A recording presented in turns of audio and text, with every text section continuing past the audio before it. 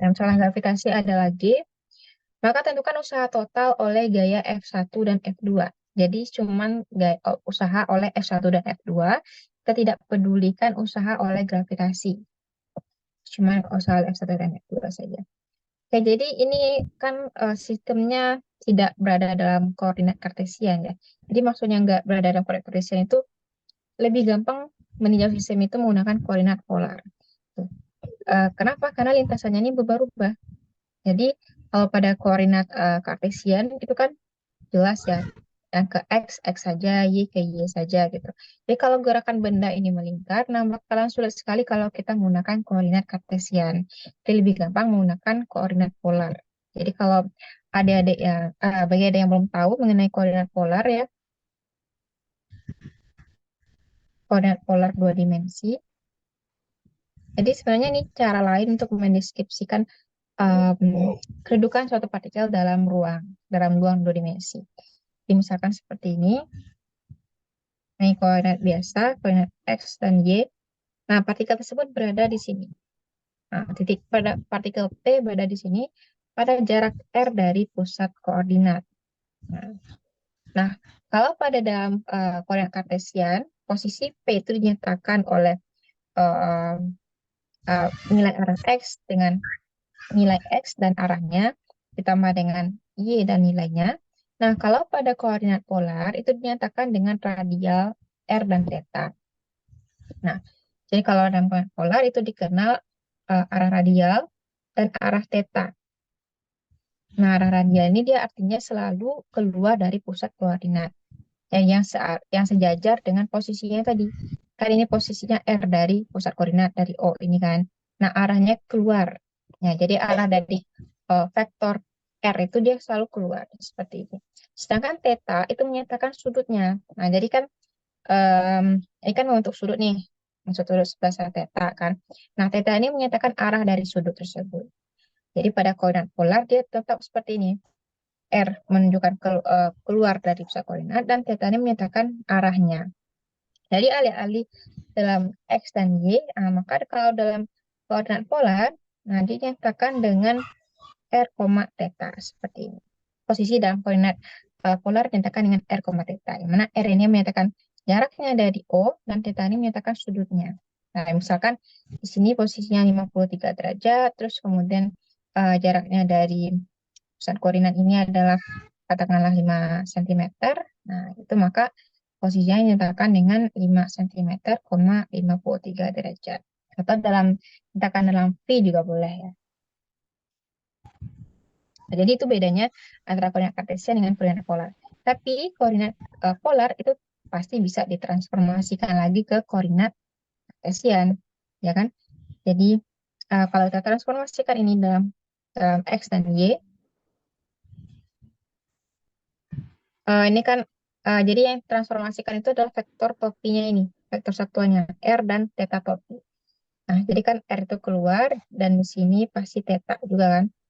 Jadi kan tetanya di sini, maka di sini juga theta. Maka transformasi dari R dalam koordinat kartesian adalah cos theta arah X tambah sin theta arah Y. Nah, kenapa kita bikin seperti ini? Jadi R ini kita proyeksikan ke sumbu X menjadi R cos theta arah X. Kemudian kita proyeksikan ke atas. Nah, ini ke atasnya menjadi R sin theta arah Y. Nah, kemudian yang theta juga kita transformasikan, theta topi, kita transformasikan ke atas. Jadi kalau tetanya di sini, maka tetanya di sini ya. Nah, terus ini juga kalau tetanya di sini. Jadi ini berseberangan, terus karena sini theta, maka sini 90 theta, maka di sini theta. Di sini 90 theta,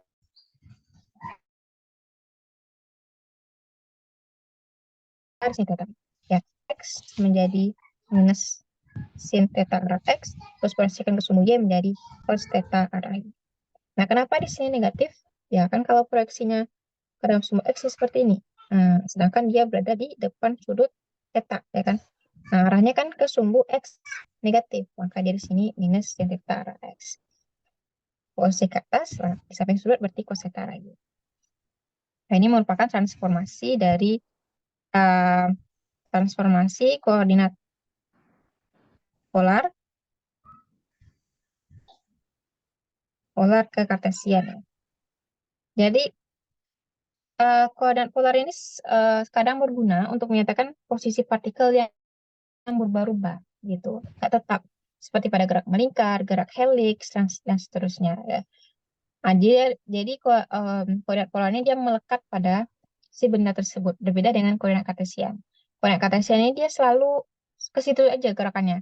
Sumbu X dia selalu ke sini, sumbu Y selalu ke atas, sumbu Z selalu ke depan. Nah, dia tidak bertukar gitu. Tapi koordinat polar ini dia bergantung dari posisi dari partikel tersebut. Jadi dia koordinat yang melekat pada partikel tersebut.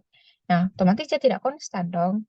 Nah, kalau dia tidak konstan, maka kita harus hubungkan dia dengan sesuatu yang konstan, yakni koordinat kartesian tadi. Jadi tetap harus ditransformasi ke koordinat kartesian. Oke, jadi kalau kita kaitkan ke jadi ini kan, nah ini kan posisi partikel ini di sini. Nah, jadi yang keluar ini merupakan arah radial. Nah, sedangkan theta kan tadi selalu ke sini, ya kan? Theta kan putarannya ini berlawanan arah jarum jam ya. Arah jarum jam theta. Maka kalau tiba di sini dia putarnya ke sini. Nah, maksudnya apa?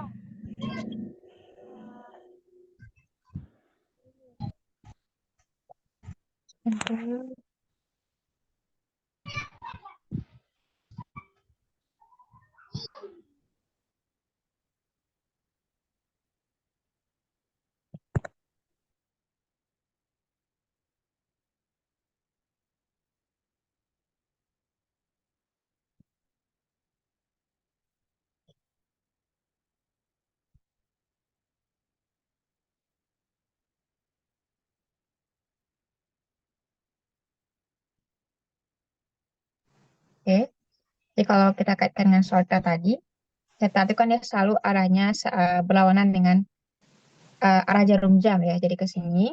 Maka ketika posisi yang di sini atau di kuadran 3 pada lingkaran, jadi kan dia posisinya di sini, sini kan, ukuran 1. Ini kuadran 2-nya, ini kuadran 3-nya. Nah, kalau posisinya ini kuadran 3, maka arah tetanya sini. Nah, radial itu dia selalu keluar dari pusat koordinat atau dari O sini, dia selalu keluar. Nah, maka kita nyatakan F1 itu dalam koordinat polar. Ya, kalau F1 berarti kita nyatakan dalam koordinat polar, maka minus F1 arah theta. Nah, F1 ini arahnya, sedangkan theta ini vektor satuannya. Kenapa dia minus? Karena kan dia ke belakang, dia selalu menyinggung secara ke belakang, ya kan? Sedangkan theta itu dia ke depan, dia tidak lurus ke depan, sedangkan F1 ini ke belakang. Makanya dia ada negatif di sini, minus F1 theta. Kemudian F2, nah F2 ini kan, em, F2 ini kan dia kalau diproyeksikan ke dalam koordinat kartesian sama polar dia agak sulit nih.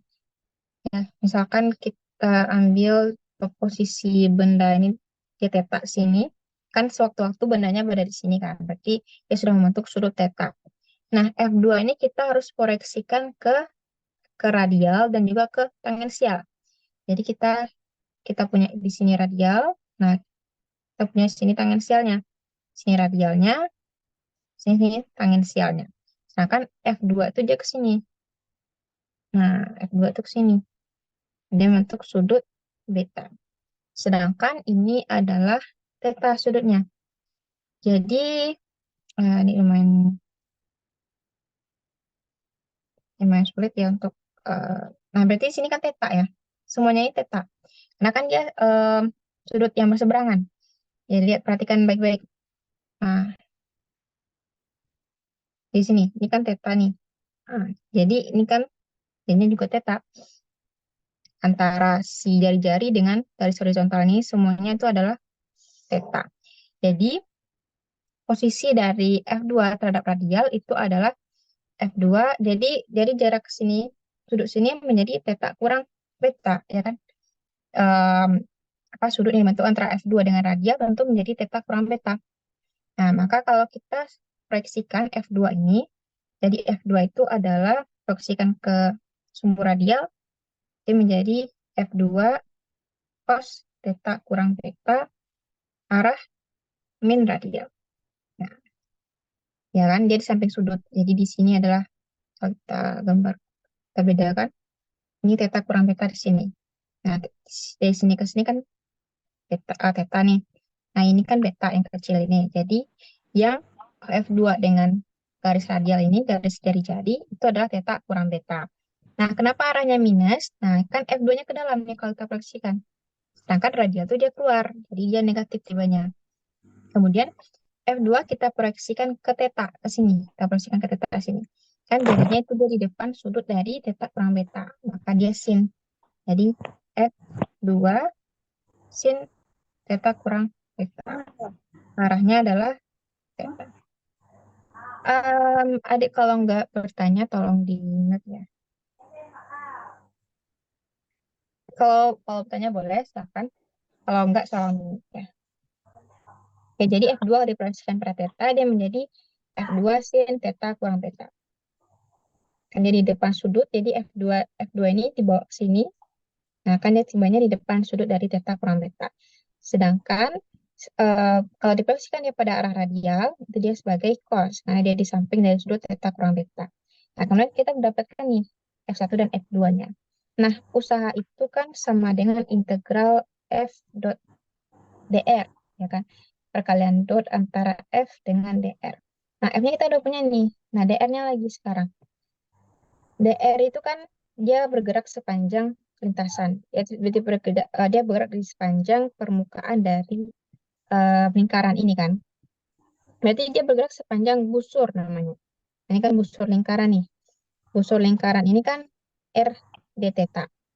Ya, jadi kalau kita ambil bagian terkecilnya ini adalah ds, jarak terkecilnya tuh yang ds ini, yang dr ini, bukan dr ya, tapi ds. Nah, ds itu kan jarak perubahan posisi dari gayanya. Nah, jadi ibaratnya juga busur dari lingkaran. Nah, busur dari lingkaran itu kan sama dengan R kali theta. Nah, kalau bagian terkecilnya ya ds sama dengan R d theta. Karena R-nya di sini konstan, jadinya konstan. Nah, arahnya kemana? Arahnya kan dia menyinggung dari lintasan, maka dia searah dengan theta. Jadi, ds itu adalah R d theta yang searah dengan theta. Karena dia perpindahannya memang menyinggung lingkaran. Menyinggung dari busurnya nih, menyinggung lingkaran. Nah, yang menyinggung lingkaran itu kan selalu theta. Ya. Jadi ds-nya adalah R d theta arah theta. Jadi kita dapatkan nih. Jadi ds itu adalah R d theta arah theta. Nah, baru kita gunakan, kita masukkan ke rumus ini, usaha. Ya, berarti F totalnya sama dengan F1 tambah F2. Atau kalau kita cari satu-satu boleh juga. Kan di sini tanya itu adalah usaha total. Usaha total ya. Berarti kalau usaha total adalah jumlah dari gaya F1 dan F2. F total berarti F1 ditambah F2. Nah, berarti satunya adalah min F1 arah theta. F1 arah theta ditambah F2-nya ini.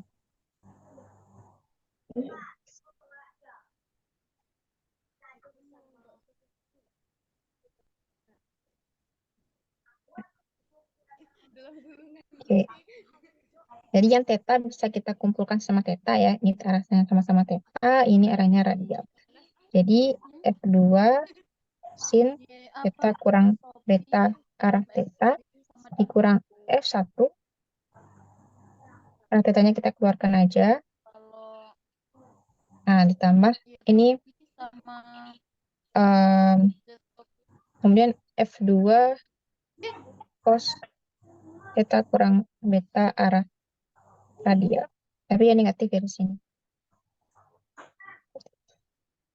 Jadi ini menunjukkan arah tetanya. Ini arah theta, yang ini arah radialnya. Oke. Nah, maka W adalah integral dari F total. Nah, didot sama si sama si ds. Nah, jadi yang semua ini kita dot dengan ds. Jadi integral dari F2 sin theta kurang beta kurang F1 ra theta kurang, ini udah kurang, jadi nggak ada kurangnya ya. Sedangkan di sini udah kurang. Nah, ini kan negatif di sini. F minus F2 cos theta kurang beta. Nah, negatifnya ini udah dibawa ke sini. Jadi kita nggak usah masukin kurangannya lagi. Jadi F2 cos theta kurang beta, arahnya radial. Nah, dia kan didot sama, nah, dia kan didot sama si DS. Nah, kan DS itu adalah R d theta arah theta.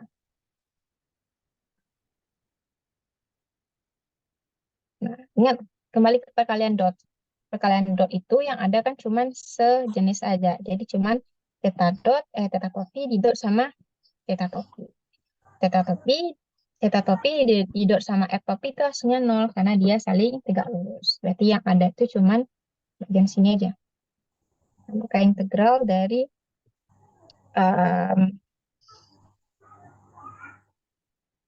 F2 sin theta kurang beta kurang F1 kali R d theta. Ya, itu cuma itu aja. Dan bagian sini hilang ya, karena dia didot sama si theta topi. Ya, ada pertanyaan?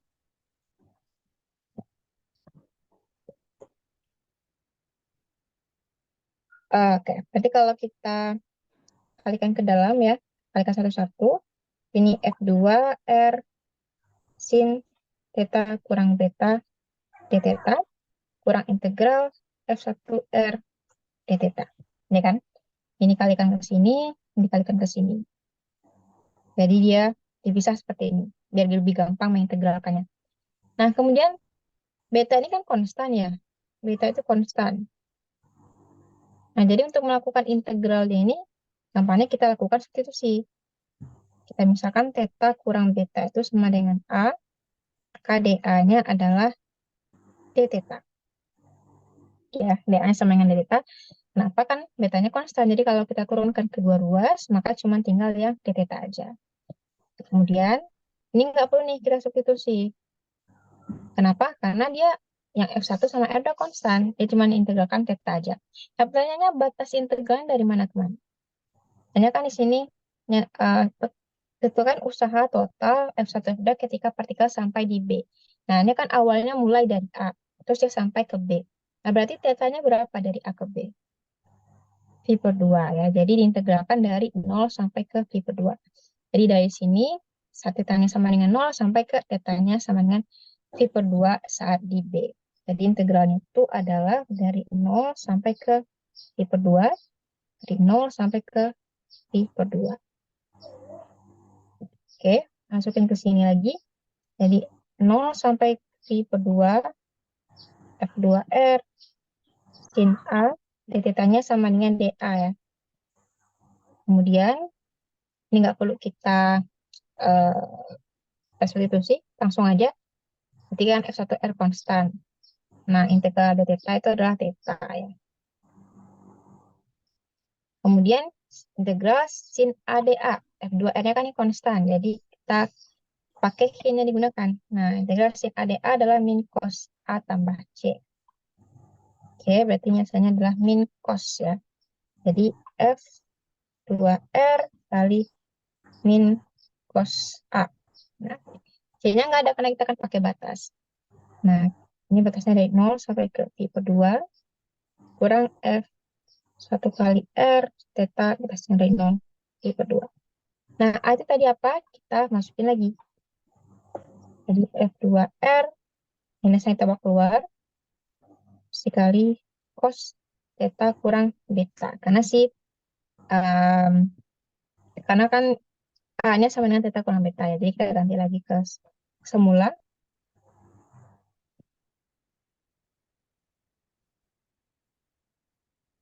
Nah, baru kita masukin V per 2-nya ke theta. Karena kan yang diintegralkan di sini theta-nya ya. Jadi kita masukin ke theta. Kita ganti dia dengan theta. Kemudian minus F2R cos V per 2 kurang beta kurang cos 0 kurang beta E kurang F1 kali R V per 2 kurang 0. Minus F2R cos V per 2 kurang beta. Ini cos min beta ya. Cos min beta kan sama dengan cos beta. Dikurang cos beta kurang F1R kali V per 2. Terus kalau kita kalikan negatifnya ke dalam, jadi F2 kali R cos beta kurang cos V per 2 kurang beta. Nah, kalau adik ingat mengenai identitas trigonometri ya, cos V per 2 kurang X itu kan sama dengan sin X. Bukan identitas trigonometri.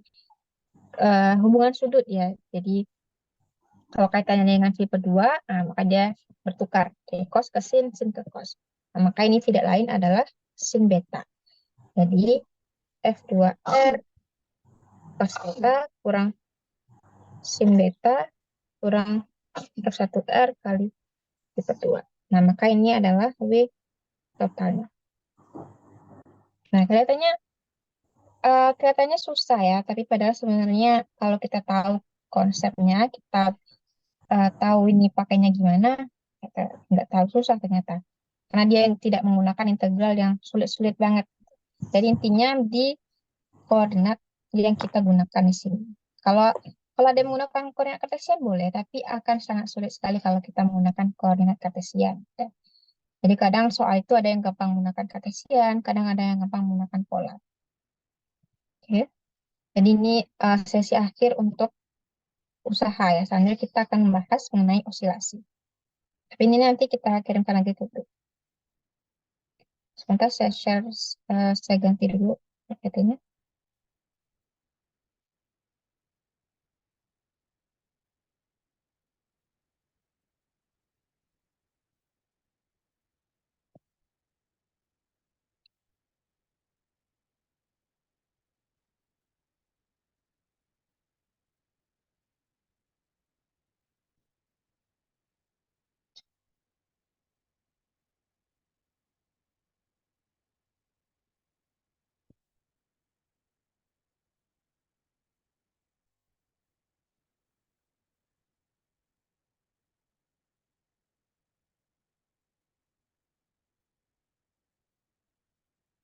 Oke.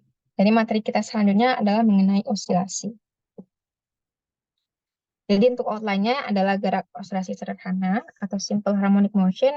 Kemudian kita menyelesaikan persamaan diferensial order 2. Jadi nanti persamaan geraknya itu akan membentuk persamaan diferensial. Apa itu persamaan diferensial akan kita bahas. Kemudian osilasi terkopel. Ya, terkopel itu artinya dia osilasi tergandeng gitu. Kemudian kita gunakan dua metode untuk melakukannya. Ada metode gaya dan juga metode energi. Kemudian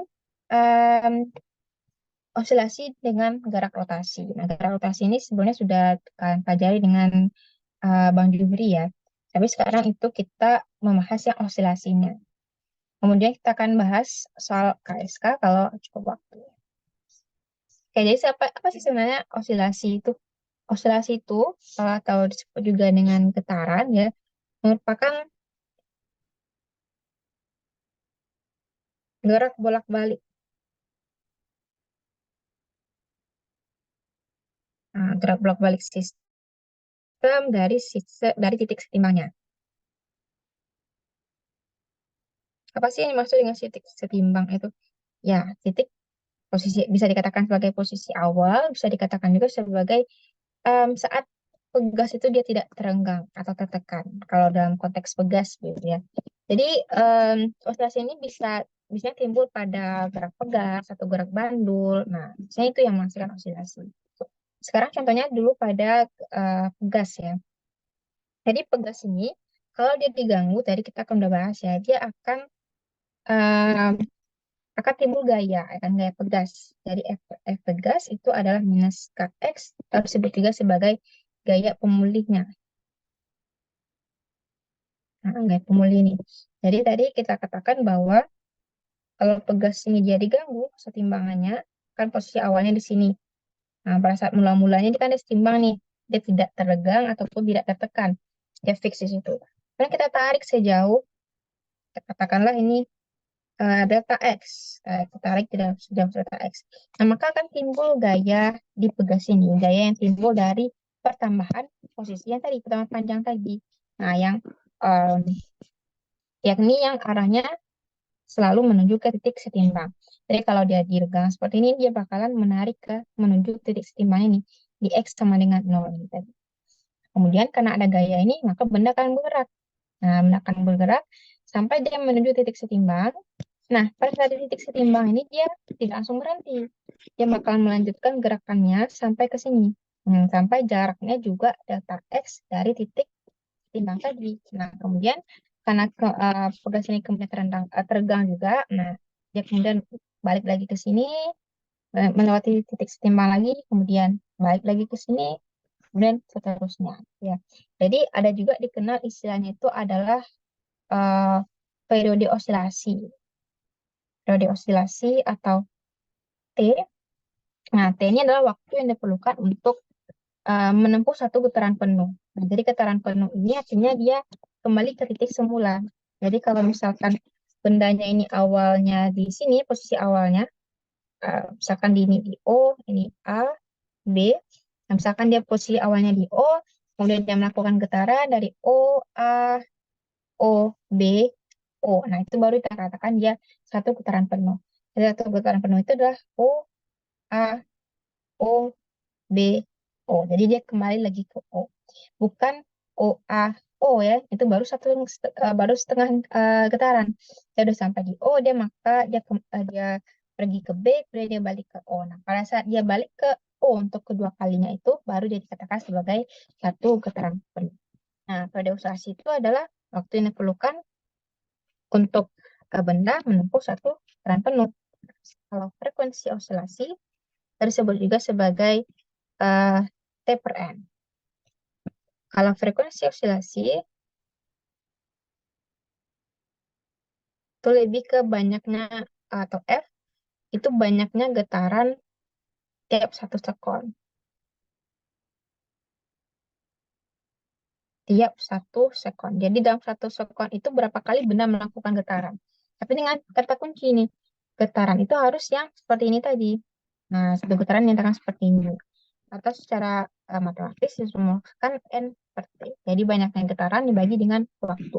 Itu disebut dengan frekuensinya. Atau hubungan antara frekuensi dengan periode, yaitu adalah 1/F, atau F itu adalah 1/T. Oke. Eh, Kemudian kita masuk ke persamaan geraknya ya. Jadi kan eh, tadi gaya pemulihan ini kan selalu berlawanan dengan posisinya. Jadi misalkan pada saat ketika dia pergi ke sini, nah, ketika dia bergerak ke sini kan pegasnya berarti mulai teregang. Nah, ketika pegas mulai teregang, maka dia akan muncul gaya ke sana. Jadi, ketika benda bergerak dari O ke A, maka gayanya adalah ini. Jadi, min F itu sama dengan M kali A. Mana F-nya ini adalah minus KX. F dengan sama posisi. Di minus F-nya ini nggak ada negatif lagi ya di sini. Jadi, F itu sama dengan KX. Maka min KX sama dengan M kali A. Nah, A ini kan sama dengan perubahan kecepatan terhadap waktu atau dv per dt. Atau merupakan turunan kedua dari X. Atau d kuadrat X per dt kuadrat. Ya kan? Turunan kedua dari X itu adalah percepatan. Atau turunan pertama dari V adalah percepatan. Jadi kita masukin ke sini. Maka min Kx sama dengan M d kuadrat X per dt kuadrat. Nah, d kuadrat X per dt kuadrat ini sering juga orang menuliskannya sebagai X double dot. Jadi X double dot itu artinya dia turunan kedua terhadap waktu. Nah, d kuadrat X per dt kuadrat. Kalau X dot itu adalah turunan pertama X terhadap waktu. Jadi X dot ini sering juga dinyatakan sebagai turunan terhadap waktu. Nah, banyaknya titik itu menyatakan banyaknya turunan dia. Jadi kalau titiknya 3, berarti dia turunan ketiga terhadap waktu. Oke, jadi bisa tuliskan seperti ini. D minus KX sama dengan M X double dot. Nah, Kemudian kalau kita susun lagi, X double dot tambah K per MX sama dengan 0. Nah, ini yang dikatakan sebagai persamaan harmonik sederhana. Persamaan gerak harmonik sederhana.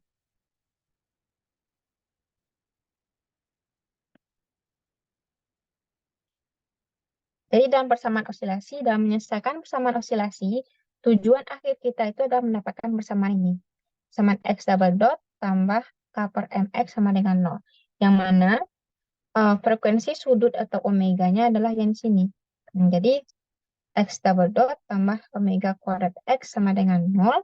Maka omega kuadrat itu adalah K per M atau omeganya adalah akar dari K per M. Nah, omega ini adalah frekuensi osilasi atau bisa juga kita katakan seperti kecepatan sudut ya. Ya, tujuan dari menentukan persoalan osilasi ini adalah menentukan nilai omeganya. Nah, bagaimana kita tahu nilai omeganya itu adalah yang di sini? Nah, kita harus menyelesaikan dulu persamaan ini. Nah, ini namanya persamaan diferensial orde 2. Jadi persamaan diferensial itu maksudnya adalah persamaan yang menghubungkan antara turunan dengan induknya. Nah, ini kan turunannya nih, turunan X. Nah, induknya si X ini. Jadi yang menghubungkan antara induk dengan anaknya. Itu disebutkan dengan persamaan diferensial. Jadi persamaan diferensial ini nggak bisa diselesaikan dengan metode eliminasi, substitusi, nggak bisa. Dia harus ada cara khususnya juga. Jadi X double dot tambah katakanlah misalkan ini omega kuadrat sama dengan K per M ya. Di omega kuadrat X sama dengan 0. Nah, itu diselesaikan dengan metode persamaan diferensial. Jadi kita misalkan si X ini, si X dot itu adalah DDT.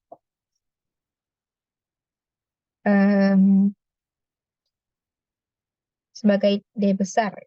Jadi kita misalkan turunan pertama itu sebagai D besar, atau D besar ini dikatakan juga sebagai operator turunan. Nah, jadi X dot itu sama dengan DDT tadi kan, DXDT ya kan. Jadi kita kan juga sebagai, tunggu sebentar. Jadi kita misalkan ini sebuah operator turunan D, yang mana definisinya itu adalah DDT. Nah, jadi kalau DXDT maka kali di sini. Jadi D besar kali X. Kalau kita mau nyari turunan kedua, atau D kuadrat X per DT kuadrat, nah maka D-nya menjadi D kuadrat. Nah, jadi D kuadrat itu adalah D kuadrat per DT kuadrat. Karena di awalnya D itu adalah D per DT. Nah, kalau kita kuadratkan ini, nah sama saja kita mencari turunan kedua. Jadi, D kuadrat X DT kuadrat itu adalah D kuadrat X. Kita misalkan seperti itu. Maka kalau kita substitusi ke atas ini, maka D kuadrat X tambah omega kuadrat X sama dengan 0. Ya. Kemudian ini kita keluarkan X-nya dari D kuadrat tambah omega kuadrat kali X sama dengan 0. Nah, ini kan persamaan kuadrat ya. Persamaan kuadrat. Kalau kita cari faktor-faktornya ini bagaimana caranya? D tambah I omega. D kurang I omega X sama dengan 0. Ya kan, kalau kita cari faktornya ini, kenapa ada imajiner di situ? Ya, karena kan dia faktornya nggak real, karena kan dia nggak negatif. Kalau D kuadrat kurang omega kuadrat difaktorin kan jadi seperti ini. D kurang omega, D tambah omega. Nah, kalau dia positif di sini, maka ada imajinernya. Nah, coba deh kita kalikan lagi. Ini kali ke sini jadi D kuadrat, terus ini kali ke sini jadi minus DI omega. Ini kali ke sini jadi tambah DI omega, terus I omega kali min I omega. Jadi minus I omega kali I omega. Nah, I kali itu hasilnya min 1 ya. Jadi min ketemu min jadi positif. Nah, maka ini habis. Nah, maka hasilnya adalah omega kuadrat. Jadi kalau kita pecah lagi, dia hasilnya kembali ke seperti semula. Ini merupakan faktornya ya. Jadi yang pertama kita punya, ini kan kalau kita kita jabarkan ya. Karena hasil yang pertama D tambah I omega kali X itu kan harus sama dengan 0. Itu solusi yang pertama ya kan. Sedangkan D besar itu adalah DDT. Kan D+1 kan tadi sama dengan DDT. Jadi DDT tambah I omega X sama dengan 0. Nah, kita kalikan ke dalam X-nya jadi dx dt tambah I omega X sama dengan 0. Oke, terus kalau kita pindah ke sini, dx per dt sama dengan min I omega X. Terus kalau kita pindah ke sini X-nya, jadi dx per X sama dengan min I omega T. Oke, terus baru kita integralkan karena dia udah sama jenisnya, ini sama X, ini sama T. Nah, kemudian hasil dari integral dx per X adalah ln X sama dengan min I omega T tambah suatu konstanta. Oke, jadi kalau kita mau hilangkan ln-nya, berarti X sama dengan A E pangkat min I omega T. Jadi kalau cara menghilangkan ln itu, kita harus kalikan ini dengan ln. Jadi kan ln E pangkat min I omega T tambah C ya. Karena ln E itu kan hasilnya itu juga sama kayak log 10. Log 10 pangkat 2 kan hasilnya 2. Nah, sama kayak gitu. Jadi logaritma natural ini basisnya E. Jadi ln E pangkat X, katakanlah, nah, dia sama dengan X itu. Seperti ini ya. Maka tinggalnya itu, maka ln yang di sini sama yang di sini bisa dicoret. Kemudian tinggal X sama dengan E pangkat min I omega T tambah C. Nah, ini E pangkat C itu kita ganti jadi A. Nah, maka dapat solusi yang pertama itu adalah A E pangkat min I omega T. Yang mana A ini merupakan konstanta yang bergantung sama kondisi awalnya. Nah, itu kan untuk yang pertama ya, untuk kondisi yang pertama yang ini. Nah, kemudian yang kedua, yang di sini, D kurang I omega kali X sama dengan 0. Jadi D kurang I omega kali X sama dengan 0. Sedangkan D itu adalah DDT. Kita kalikan ke dalam. Nah, terus kita pindahkan lagi. I omega X-nya ke kanan. Sama dengan I omega X. Kemudian dx per X sama dengan I omega dt. Ya, kita pindahkan X ke sini, baru kita integralkan. Nah, integral dx per X seperti biasa, sinyal ln X. Nah, integral ini adalah integral I omega dt adalah I omega T tambah C. Ya, seperti biasa, kita kita hilangkan ln-nya. Ini ln E pangkat I omega T tambah C. Nah, ln-nya coret. Tinggal X itu adalah E pangkat I omega T tambah C. Nah, E pangkat C itu kita jadikan B. Kenapa ini nggak A juga? Ya, untuk membedakan konstantanya. Karena konstantanya nggak boleh sama. Jadi, persamaan diferensial itu jumlah konstantanya tergantung sama orde persamaan diferensialnya. Kalau persamaan diferensialnya orde 1, artinya orde yang paling tingginya itu adalah turunan pertama, nah maka konstantanya juga 1. Nah, kalau dia turunan kedua seperti ini, turunan tertingginya ada turunan kedua, nah maka konstantanya juga seharusnya 2, yakni A dan B. Jadi solusi lengkapnya XT-nya adalah A E pangkat min I omega T tambah B E pangkat I omega T. Nah, jadi ini merupakan solusi dari persamaan diferensial kita, persamaan ini tadi. Jadi kan ini kan turunan sama anti turunannya. Jadi solusi persamaan diferensial ini adalah si anti turunannya itu atau si X-nya ini. Ya. Jadi kita sudah dapatkan ya. Jadi ini apa makna fisis dari XT ini? Yakni posisi dari benda. Nah, posisi dari benda. Atau ini juga bisa kita ganti ya somehow ya, bisa juga dibentuk seperti fungsi sinus dan kosinus dari A cos omega T tambah B sin omega T, itu juga merupakan solusi dari persamaan diferensial ini. Persamaan diferensial ini.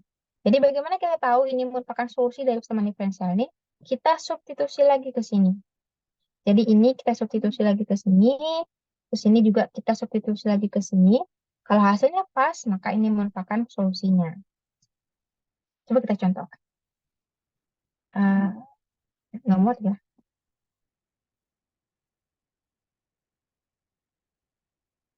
Buat di sini.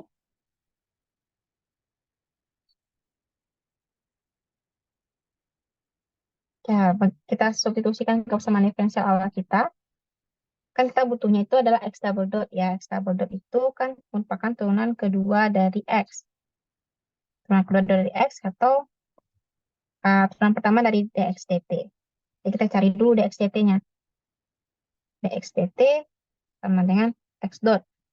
Turunkan yang pertama kita cobakan. Kita turunkan yang di sini dulu. Turunan eksponensial kan dibawa ke depan ya. Dari A, E pangkat min I omega T tambah I omega B, E pangkat I omega T. Jadi yang konstan ini dibawa ke depan. Jadi I omega B, E pangkat I omega T. Kemudian kalau kita mau nyari turunan keduanya, nah, kita turunkan ini sekali lagi.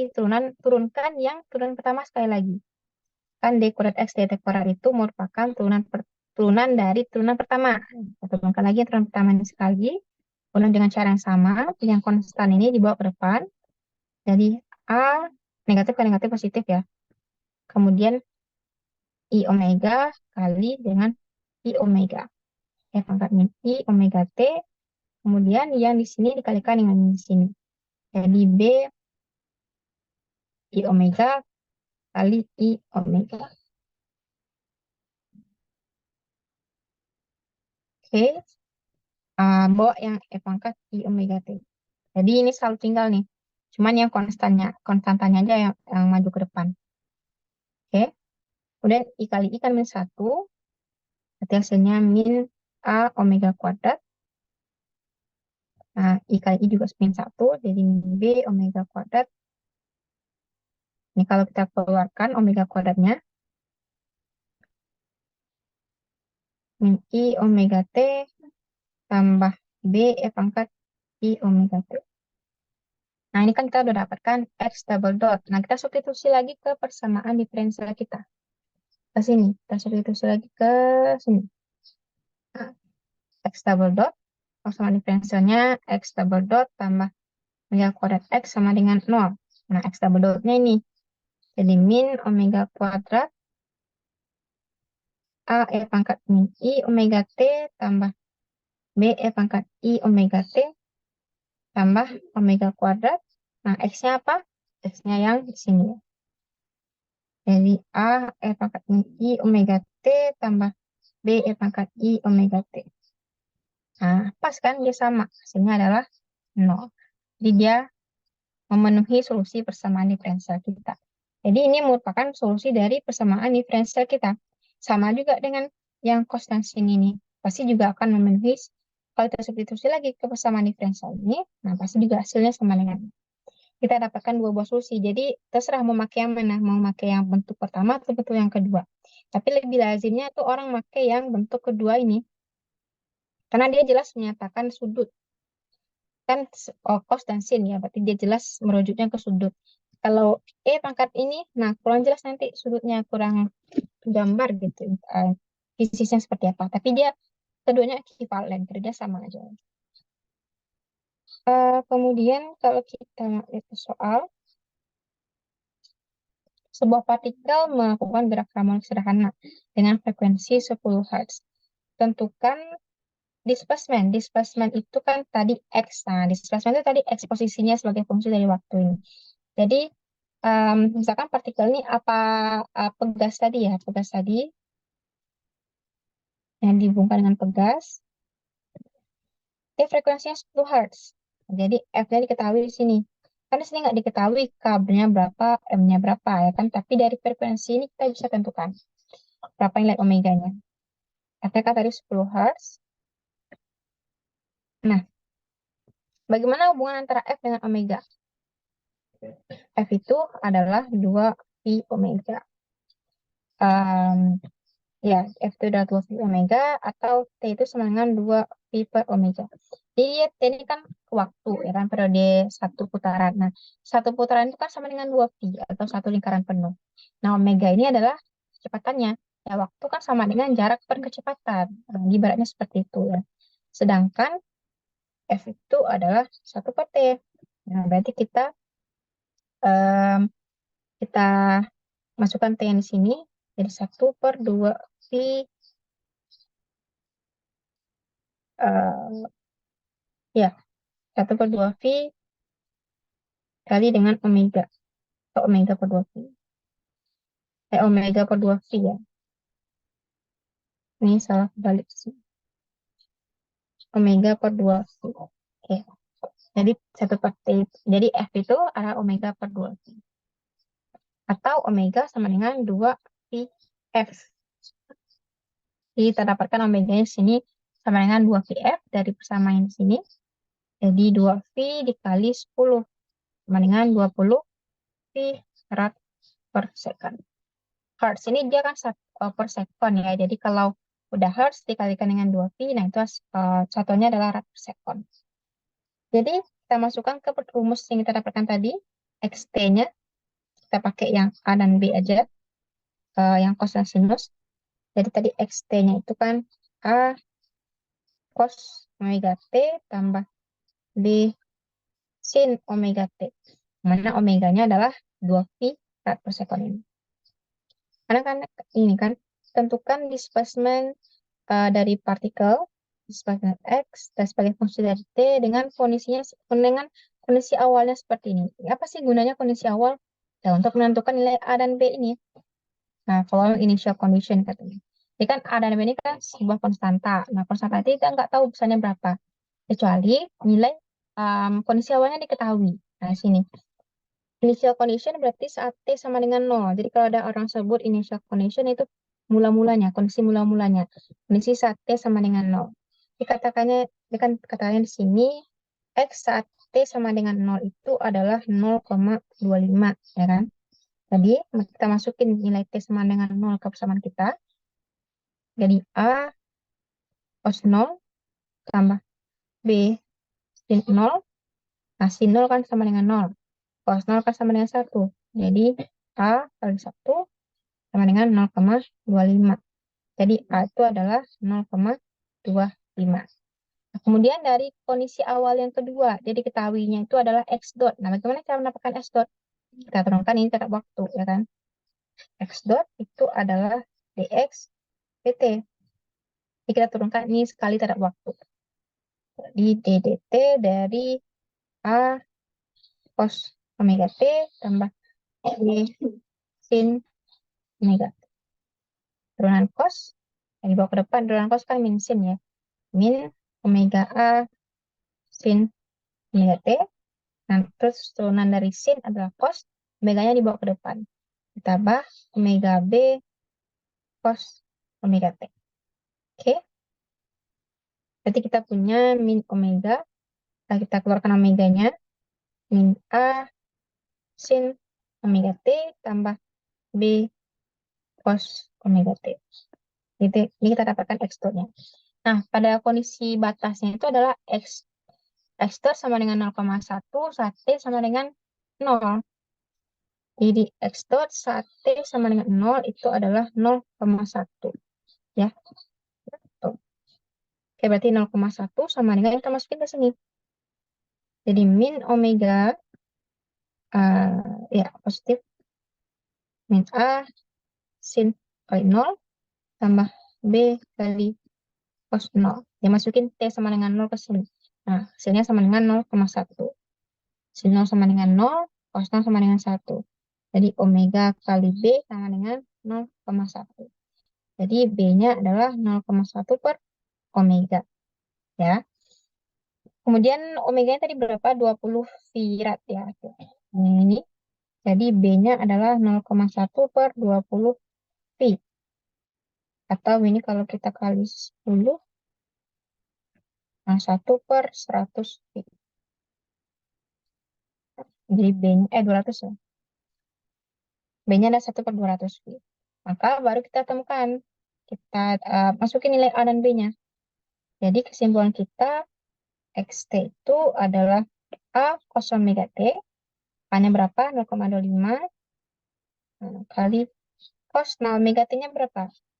Omega tadi kan 20 V ini kan. Nah, jadi 20 VT tambah B. B-nya ada 1/200 sin 20 VT.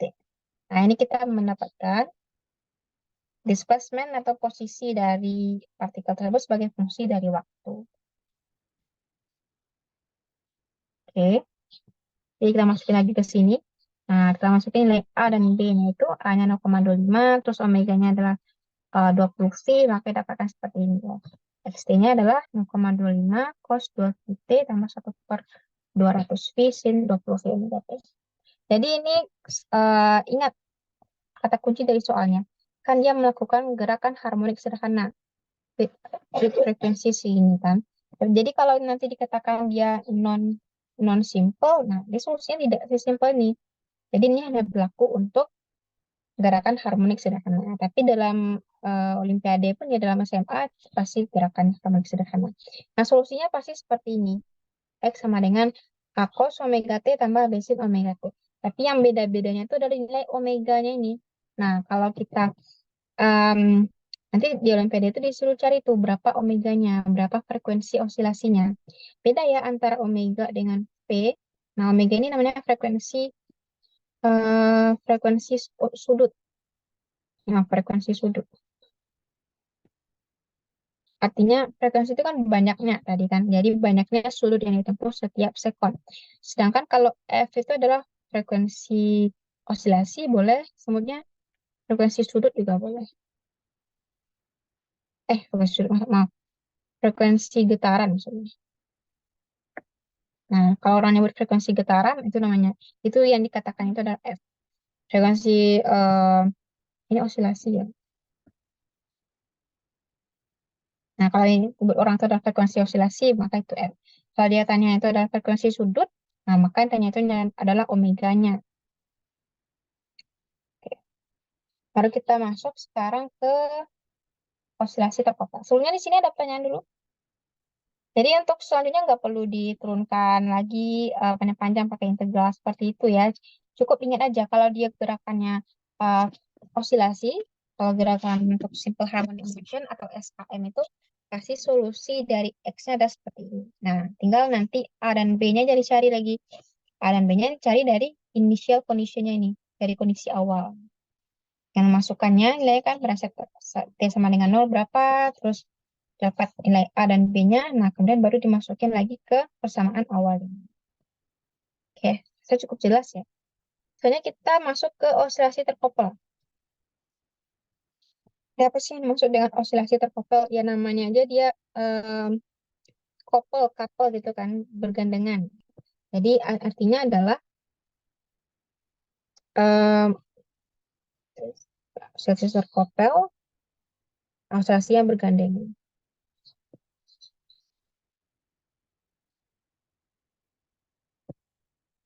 Nah, osilasi bergandengan ini maksudnya dia bisa masanya ada dua, bisa kosata gasnya ada dua, pokoknya terdiri dari dua buah sistem gitu. Bisa K-nya dua, bisa M-nya dua. Kalau pada kasus yang pertama ini kan masanya satu, tapi K-nya dua. Nah, ini disebut juga sebagai osilasi terkopel tadi. Ya, jadi untuk menyelesaikannya itu ada dua, bisa menggunakan metode gaya atau bisa dengan metode energi. Nah, kadang kadang gampang menggunakan energi, kadang gampang menggunakan gaya. Kalau gaya ini kan dia vektor ya, jadi kita harus jelas arahnya kemana. Tapi kalau energi, kita nggak perlu menjelaskan arahnya kemana. Kita cukup uh, energi cukup dia perpindahannya aja, perubahan posisinya aja. Dia lebih gampang menggunakan energi. Tapi energi ini harus menggunakan turunan, harus mahir di turunan. Jadi ibaratnya kalau kita gunakan energi, kita harus lancar di matematikanya. Kalau gaya, nah itu nggak perlu banyak turunannya. Dia menggunakan hukum Newton.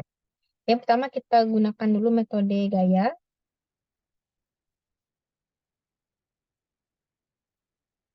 Oke, metode gaya. Jadi sistemnya kan seperti ini. Di, di maksudnya ini pegasnya ini di apa ya? Dipaku pada kedua ujungnya gitu. Jadi massa ini cuma gerakannya di sepanjang ini aja. Sedangkan yang titik ini sama titik ini nggak bergerak, tetap seperti itu. Jadi pegasnya kemudian bendanya kemudian kita dorong sedikit ke kanan. Nah,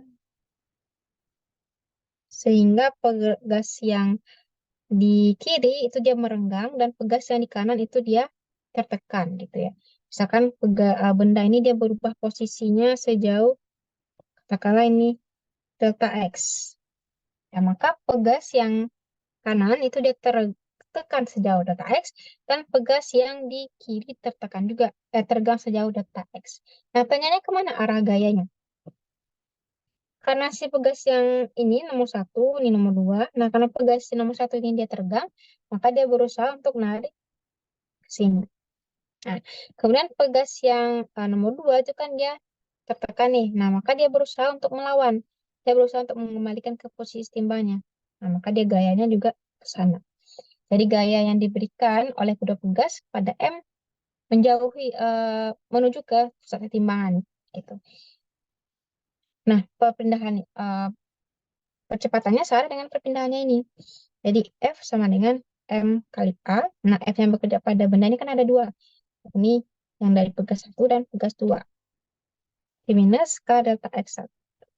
Minus K delta X. Minus K delta X. Kurang K delta X sama dengan M kali A. Letaknya sama ya, karena kalau yang ini geser sejauh delta X, tentu yang ini tertekannya delta X, ini tegangannya juga delta X, pasti sama ya kan. Nah, ini juga konstanta pegasnya sama nih. Nah, berarti kita bikin aja min K delta X kurang K delta X. Ya, arahnya juga sama-sama negatif karena perpindahannya kan ke sana. Nah, arah A-nya ke sana, sedangkan arah gayanya ke kiri. Jadi dia negatif. Kemudian A itu adalah X double dot, ya kan. Turunan kedua dari X, ada yang menjadi M X double dot, ini minus 2 K delta X. Oke. Atau kalau data X-nya diganti jadi X juga boleh ya. Yang menyatakan perpindahan atau perubahan panjang dari pegas. Nah, jadi ini menjadi kalau kita bawa ke kanan, ya ke kanan, mx double dot tambah 2kx. Atau kalau kita gunakan, kita bentuk dia kebersamaan harmonik sederhana tadi, persamaan ini, harmonik sederhana. Jadi kita bagi dengan m tambah 2k per mx sama dengan 0. Nah, ini baru dia persamaan SHM tadi. Jadi tujuan akhir kita adalah selalu untuk menentukan persamaan SHM ini. Nah, maka omeganya mana? Omeganya ini, ya kan? Ini adalah omega kuadratnya. Jadi omega kuadratnya sekarang adalah 2K per M, atau omeganya adalah akar dari 2K per 2K per M. Nah, maka kalau ditanya, itu kan udah omega nih. Nah, kalau ditanya F-nya bagaimana? F itu kan tadi sama dengan 2 omega per 2V ya. Omega per 2V, maka 1 per 2V kali 2K per M. Nah, itu adalah frekuensi osilasinya. Kalau tanya T atau waktu atau periode osilasinya, 2V per omega. K 2V bagi omeganya ya. M per 2K. Nah, kalau ditanya itu adalah perubahan posisinya.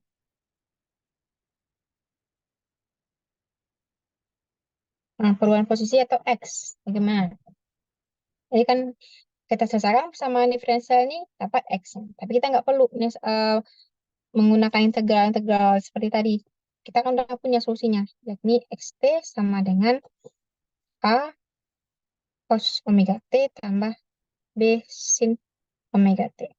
Nah, kalau kebalik pun boleh ya. Jadi A sin omega T atau tambah B cos omega T juga nggak masalah, terserah. Artinya kan dia merupakan gabungan dari cos dengan sin aja. Jadi intinya itu, dia harus merupakan gabungan dari sin dengan cos.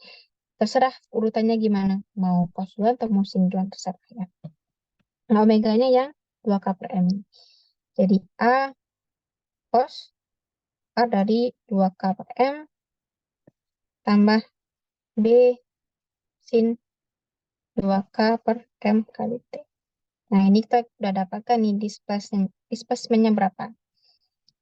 Displacement-nya sebagai fungsi dari waktu. Nah, untuk nilai A dan B itu ditentukan dari kondisi awal, seperti yang diterangkan tadi. Tapi ini sekarang kita cuman yang tanya itu kan, berapakah nilai kecepatan dan percepatan maksimumnya? Oh, katanya itu ya. Berapakah nilai kecepatan dan percepatan maksimumnya? Jadi kan kita udah dapatin nih posisinya ya. Posisinya. Kemudian kita dari posisi ini kita bisa menentukan kecepatan.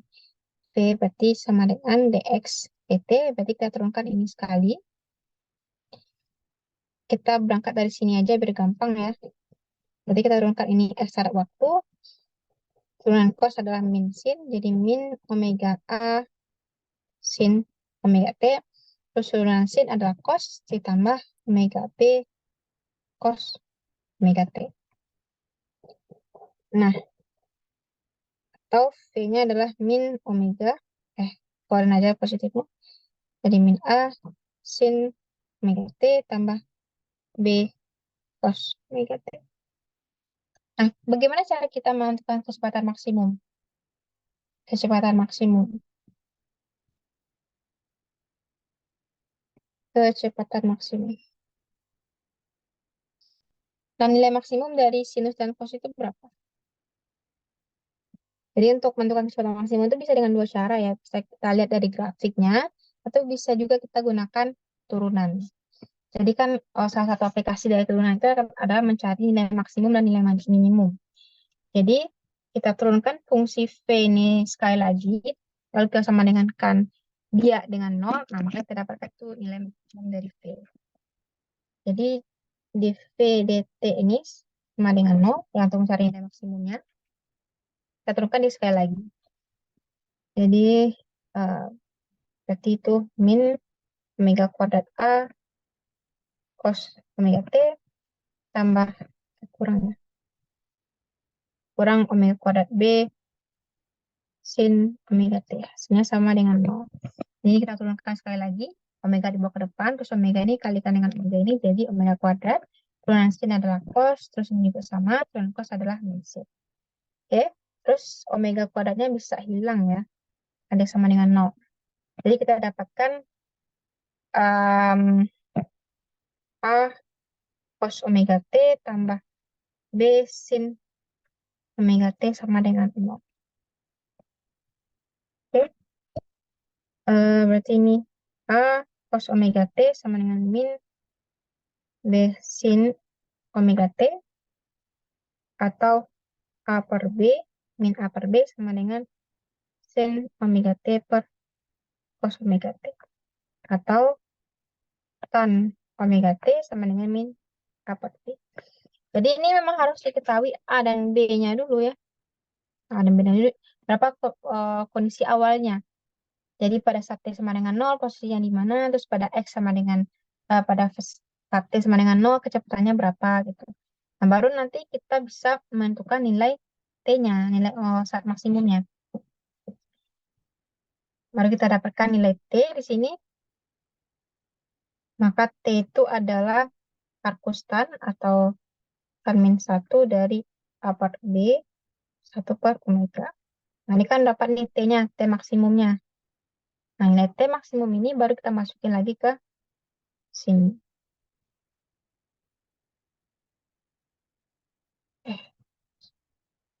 Nah, kita masukin lagi ke persamaan sini, biar dia dapat kecepatan maksimum. Oke, jadi biasanya kalau udah sampai ke menentukan omega itu udah hampir 80% ya nilainya. Tinggal dimasukin aja lagi ke persamaan geraknya ini. Nah, ini oscillasi terkopel yang ya sistem 2 buah massa dan juga 3 buah pegas. Nah, ini lebih kompleksnya sebenarnya. Jadi, sistem ini terdiri dari 2 buah massa, di mana masing-masingnya itu dihubungkan dengan 2 buah pegas. Jadi, massa pertama ini dihubungkan dia dengan massa yang dan massa yang kedua di sini dihubungkan dengan pegas yang di tengah dengan yang di kanan. Kemudian massa satu dihubungkan dengan pegas yang di kiri dan di kanan. Jadi, bagaimana cara menentukan omeganya? frekuensi osilasinya bagaimana cara menentukannya. Jadi kita misalkan dulu ya sistemnya ini berpindah X1 ke kanan, misalkan seperti ini. Nah, jadi katakanlah sewaktu-waktu si M besar ini dia berpindah X1 ke kanan. Terus M2 ini juga berpindah X2 ke kanan. Jadi jangan dibuat X1 sama dengan X2. Jangan dibuat X1 sama dengan X2. Karena kalau X1 sama dengan X2, otomatis pegas yang di tengah ini tidak terenggang dong. Ya kan? Karena kan perpindahan dia yang di sini sama dengan yang di kiri di sini. Otomatis si pegas M2 tidak tertekan ataupun tidak terenggang. Nah, kalau dia tidak tertekan atau tidak terenggang, otomatis gayanya nggak ada. Kemudiannya nggak ada yang tengah ini. Jadi ibaratnya si M ini nggak ada pengaruh dari yang di tengah. Nah, kalau kita buat X1 sama dengan X2, kita cuma dapatkan omega itu sama dengan akar K per M. Jadi nggak ada pengaruh di tengah ini. Jadi harus dibuat X1 tidak sama dengan X2. Nah, baru dia bisa pakai yang pegas di tengah ini.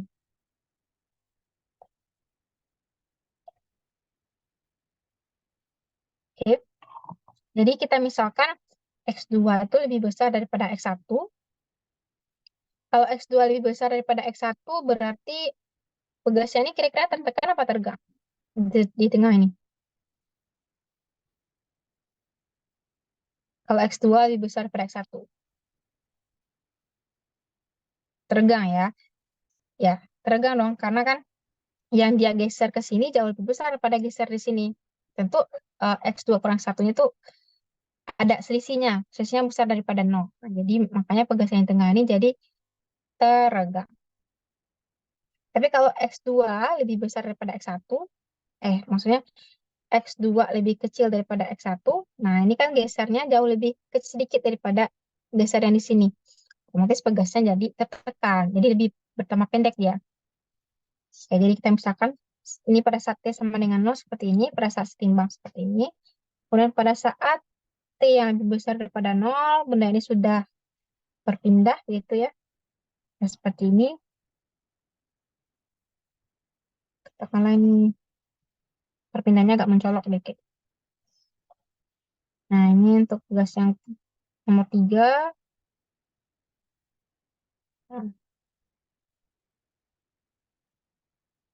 Oke. Nah, perubahan posisi dari benda pertama itu adalah X1. Jadi dia X1. Kemudian benda M2, nah dari posisi awalnya adalah X2. Nah, kemudian ini adalah keregangan dari pegas yang di tengah, yakni X2 kurang X1. Karena ini nilainya besar daripada 0. Ya. Jadi pegas yang di tengah ini dia teregang. Nah, sedangkan pegas yang di nomor 3, atau di kanan ini, dia tertekan sejauh X2. Ya kan, perubahan posisinya kan awalnya di sini. Nah, sekarang dia di sini lagi cuma sepanjang ini tinggalnya. Otomatis perubahan panjang dari pegas yang nomor 3 ini adalah X2. Nah, kemudian gas X1 otomatis ya terpegang kan. Awalnya di sini, posisi equilibriumnya, sekarang dia tidak diteregang ke sini. Nah, jadi perubahan panjangnya itu sekarang adalah X1. Nah, sekarang kalau dalam gaya itu ya, metode gaya, itu kita harus menentukan kemana arah dari gaya ini, arah gaya dari pegas ini. Jadi ingat kuncinya yang tadi. Kalau pegas yang pertama ini dia teregang, maka dia berusaha untuk menimbangkannya ke posisi semula. Jadi dia berusaha melawan dari posisi tersebut. Nah, jadi kalau ini pegas yang pertama, ini pegas yang kedua, ini pegas yang ketiga ya. Nah, ini adalah gaya dari pegas pertama, katakanlah F1. Nah, F1 arahnya kiri, dia berusaha untuk melawan dari perpindahan ini. Nah, kemudian pada M2, pada benda yang di sini, itu kan ada gaya dari pegas pertama dan pegas kedua, ya kan? Nah, karena si pegas kedua ini dia teregang, otomatis dia berusaha untuk kembali ke posisi semulanya kan. Dia kan teregang nih, seperti ini kan dia teregang. Nah, maka dia berusaha untuk kembali ke sini. Hmm, dia berusaha untuk mempertahankan posisi semulanya, karena dia udah teregang. Beda kalau pada saat dia ditertekan. Kalau dia tertekan, dia berusaha untuk melawan keluar. Nah, itu dia cara mencari arah dari gaya pegas ini. Jadi karena pegas yang di tengah ini dia teregang, maka dia berusaha untuk melawan, dia berusaha untuk kembali ya, maka dia gayanya seperti ini. Nah, jadi seperti ini F2-nya. Sama juga kayak yang di sini. Maka gayanya sini. Oke, just ya.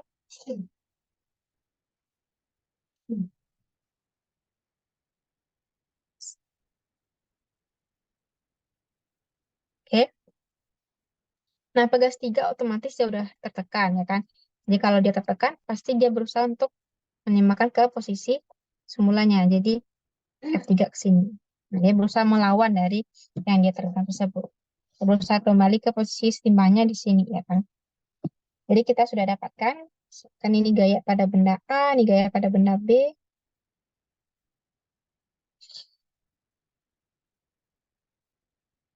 Ya, sama gaya pada benda A.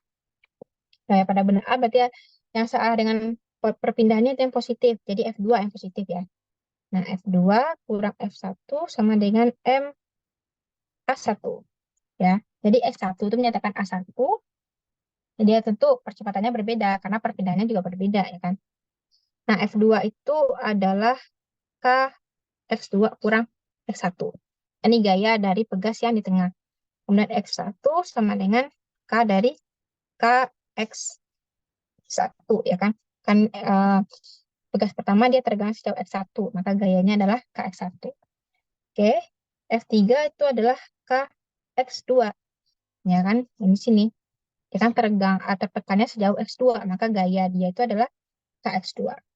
Dan baru masukin ke sini, jadi F2 KX2 kurang KX1 kurang F1 adalah KX1 sama dengan M A1. Nah, kembali lagi. A itu kan turunan kedua dari X. Maka kita bikin aja X1 double dot di sini. Nah, jadi A1 dengan X1 double dot itu dia sama ya. Kemudian ini bisa kita jumlahkan.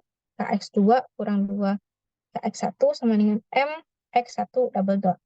Nah, ini pada benda A. Kemudian gaya pada benda B. Oke, kayak pada benda B. Sekarang yang di sini, nah ada dua buah gaya juga pada benda B, yakni F3 dan F2. Ingat, lihat ini, arah gayanya kan berlawanan dengan perpindahannya. Perpindahannya kan ke kanan itu ya, nah, sedangkan gayanya ke kiri. Berarti minus F2 kurang F3 sama dengan M X2 double dot. Nah, kita langsung aja bikin A2-nya sama dengan X2 double dot.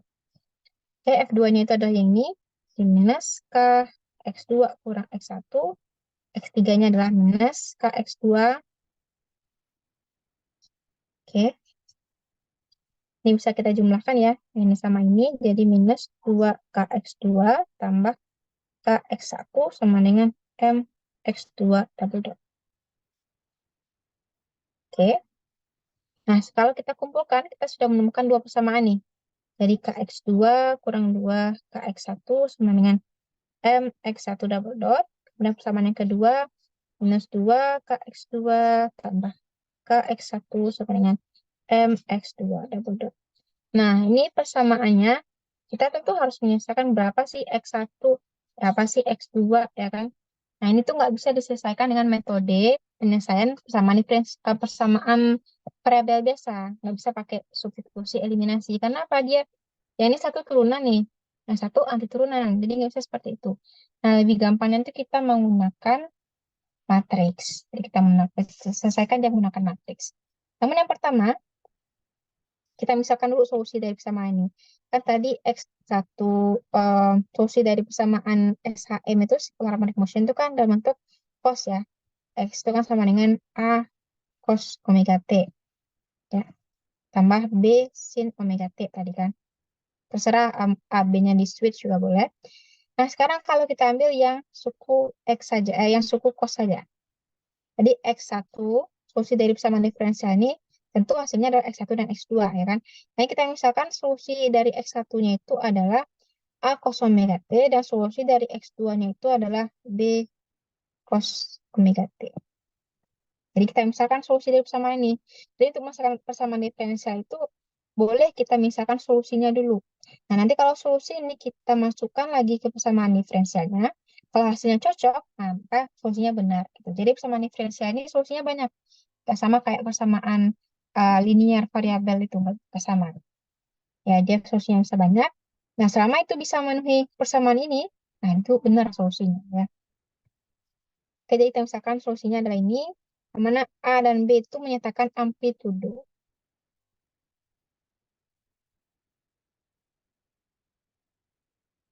Apa itu amplitudo? Simpangan terjauhnya ya. Jadi amplitudo itu menyatakan simpang terjauhnya. Jadi pada saat mula-mula simpang terjauhnya itu berapa?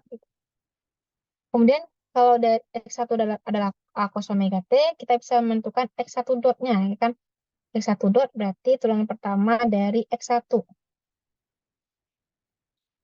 Oke, maka ini turunan, kita turunkan si X1 ini sekali terhadap T, maka hasilnya adalah min omega A sin omega T ya. Seperti biasa, turunan cos adalah min sin, kemudian omega dipindah ke depan.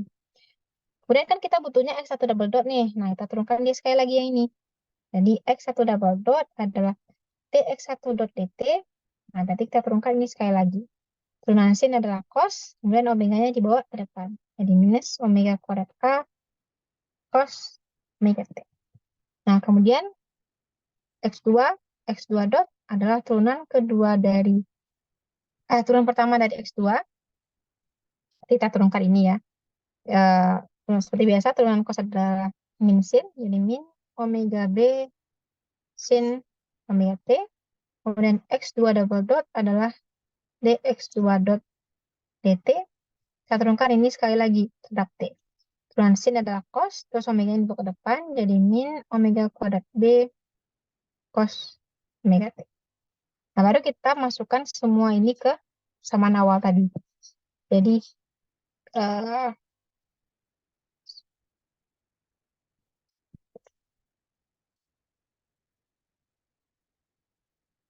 substitusikan lagi ke persamaan awal.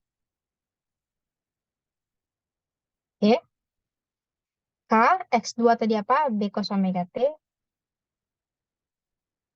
Nah, minus, minus 2 K X1 ya kan? X1 itu adalah A cos omega T. Kemudian sama dengan M, X1 double dot itu adalah ini kan, min omega kuadrat A cos omega T.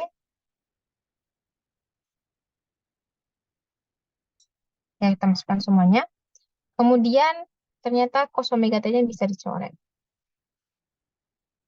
Cos omega T-nya saya coret. Nah, kumpulkan A sesama A, B sesama B. Jadi di sini kita kumpulkan A-nya, ini 2KA ya, 2K kurang M omega kuadrat. Terus B kita bawa ke sini juga, min KT. Nah, kita dapatkan persamaan ya. Pertama, sebagai fungsi dari A dan B. Kemudian, ke ini kan yang baru pertama ya kan, persamaan sini. Terus kita substitusikan juga ke persamaan yang kedua. Ya, berarti ini yang pertama, terus yang kedua, berarti min 2K X2, min 2K X2, X2-nya adalah, nih ya, B cos omega T, kemudian tambah K X1, X1-nya adalah A cos omega T, sama dengan M X2 double dot-nya adalah ini, min omega kuadrat B cos omega T. Ini coret. Nah, B kita kumpulkan sesama B, A sama A. Jadi seperti ini. Yang X ini bawa ya. Jadi 2K kurang M omega kuadrat tambah kayak minus KA sama dengan. Oke. Nah, baru kita mendapatkan persamaan yang tidak ada turunannya. Jadi lebih bagus sekarang. Ya, sebagai fungsi dari A dan B, namun sekarang tidak ada turunannya. Nah, jadi sekarang tujuannya adalah kita mengeluarkan A dan B. Nah, jadi untuk mengeluarkan A dengan B, ya bisa menggunakan eliminasi, boleh menggunakan matriks juga boleh, tapi lebih gampang menggunakan matriks ya. Jadi kalau kita buat dia dalam bentuk matriks, kita susun seperti ini. Jadi A, B. Nah, yang pertama kan ini ya. Nah, ini kan milik A nih. Nah, maka kita tulis ya dekat dengan A. 2K kurang K omega kuadrat. Ini kan punya B, jadi min K. Terus yang sub kedua, A min K. Terus yang ini adalah, nah, jadi nggak seperti itu. Kali kan kalau matriks kan kaliannya gini. Yang di sini kalikan di sini. Berarti 2K kurang M omega kuadrat A. Benar kan? Terus kemudian ditambah sama ini kali ke sini. Ya kan? Ini kali ke sini, terus ini kali ke sini. Kan berarti min KB. Nah, benar ya kan? Kemudian untuk yang di sini, ini kalikan ke sini. Terus yang ini kalikan ke sini. Jadi min KA tambah 2K kurang omega kuadrat kali B. Nah, jadi kalau cara menyusun matriksnya seperti itu ya. Jadi lihat di bagian sininya. Ini kan punya A, maka disusun pertama. Kemudian ini kan punya B, jadi kedua. Terus yang di sini kan yang punya A yang ini. Nah, berarti ini pertama, terus yang ini punya B, maka jadi kedua. Nah, ini kita harus cari, ini kan sama dengan nol. Kan dia sama dengan nol tadi. Nah, ini kan sama dengan nol, maka dia seperti ini. Jadi persamaan diferensial ini persamaan linear itu dia bisa disusun dalam bentuk matriks seperti ini ya. Nah, sekarang eh, yang ini kan nggak ini kan ini sama dengan nol. Nah, jadi harus ada salah satu yang sama dengan nol di sini. Jadi bisa ini nol, bisa ini nol. Kenapa seperti itu? Ibaratnya perkalian nol gitu loh. Jadi kan A dikali nol kan sama dengan nol. Bisa kan seperti itu. Atau nol dikali A kan sama dengan nol juga. Nah, jadi salah satu yang dari perkalian antara dua buah ini harus ada yang sama dengan nol. Nah, bisa si A dan B itu nol, bisa yang bagian matriks ini yang sama dengan nol. Tapi kalau A dan B sama dengan nol, tentu amplitudenya sama dengan nol, ya kan? Karena A dan B ini adalah amplitudo. A dan B itu adalah amplitudo. Kalau amplitudenya sama dengan nol, otomatis sistemnya nggak bergerak dong, ya kan? A dan B itu kan menyatakan perubahan posisi. Jadi jadi X1 ini sebenarnya A dan B ini. Ini A, ini B. Nah, kalau A dan B sama dengan nol, otomatis sistemnya nggak bergerak, ya kan? Ada yang tanya. Kalau yang mau nanya, ngomong aja langsung deh. Langsung ngomong aja. Silakan, silakan. Soalnya buram ya. Eh, Gimana ya? Kalau sekarang udah jelas?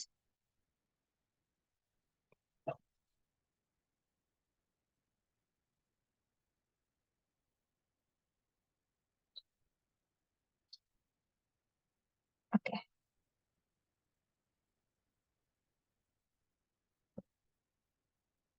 Jadi yang bagian matriks ini sama dengan nol atau yang bagian A dan B ini sama dengan nol. Tapi yang A dan B ini tidak mungkin sama dengan nol. Dan B tidak mungkin nol. Karena dia merupakan amplitudo. Kalau amplitudo nol, nah maka dia tidak akan bergerak ya. Jadi yang bisa bergerak, yang bisa nol itu hanya yang bagian matriks ini. Jadi kita menentukan determinannya. Tentukan determinan dari matriks ini sama dengan nol. Determinan dari A, B, C, D, kan matriksnya 2 kali 2 nih, sama dengan nol. Bagaimana cara menentukan determinan dari matriks 2 kali 2? Ya, ini kali ini dikurang dengan ini kali ini, kan? Jadi AD dikurang BC hasilnya sama dengan nol. Berarti determinan dari matriks ini harus sama dengan nol.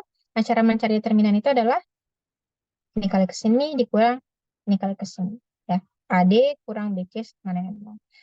Berarti ini kali ke sini, nah, berarti 2K kurang M omega kuadrat dikalikan dengan 2K kurang M omega kuadrat terus dikurang sama B kali C. Berarti min K kali min K. Ya kan, min K kali min K kan K kuadrat. Terus untuk K kuadrat ya. Ya, B-nya kan min K, terus C-nya min K juga. Jadi yang positif, terus dikurang sama yang negatif di sini. Oke. Nah, kemudian ini kan sama dengan kuadrat ya. Ini kan boleh kita bikin seperti ini. 2K kurang M omega kuadrat dikuadratkan. Kita boleh seperti ini karena kan perkaliannya sama nih. Kan boleh kita jadi ganti seperti ini ya. Jadi kurang, jadi sama dengan K kuadrat. Nah, ini kalau kita cari akarnya kan berarti 2K kurang M omega kuadrat. Kita sama-sama kita akarkan ini. Sama-sama kita akarkan. Ya, maka 2K kurang M omega kuadrat.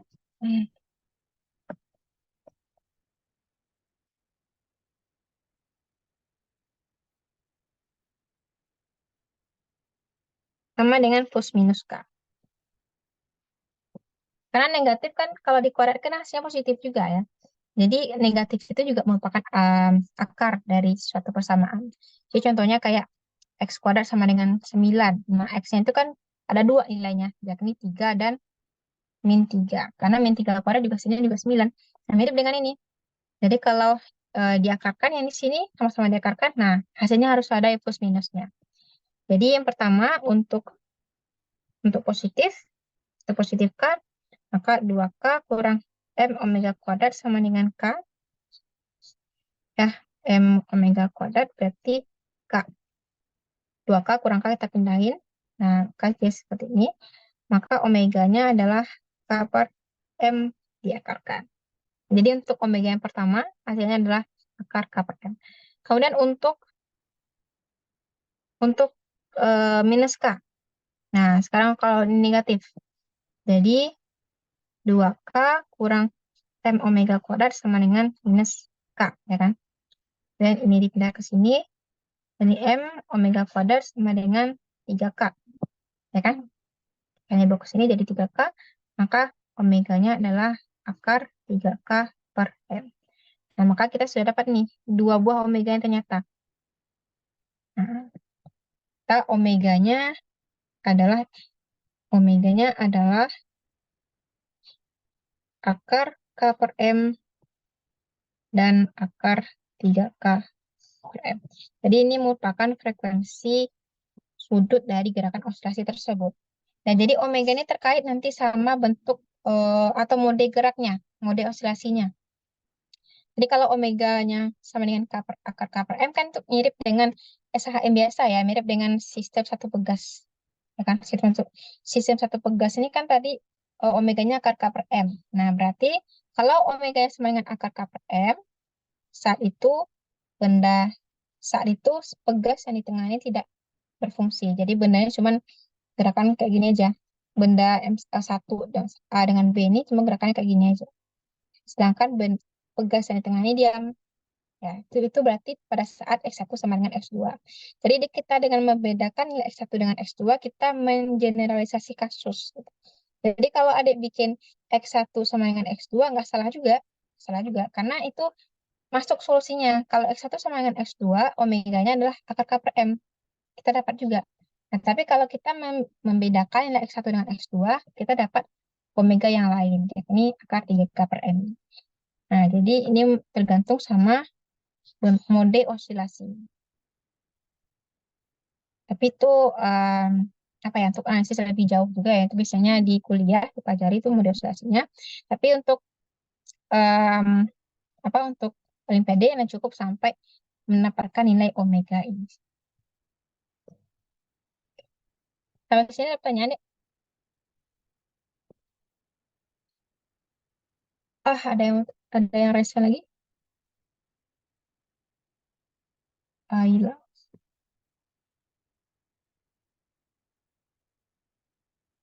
Oke, kalau nggak ada pertanyaan, kita sudah sampai di sini ya. Semoga apa yang disampaikan ini em, bisa bermanfaat bagi adik semua. Nanti rekamannya akan dikirim dan juga em, apa ini juga akan dikirim teksnya ini. Tapi ini bukanya pakai Samsung Notes ya. Jadi kalau ada belum punya, bisa di-download dulu.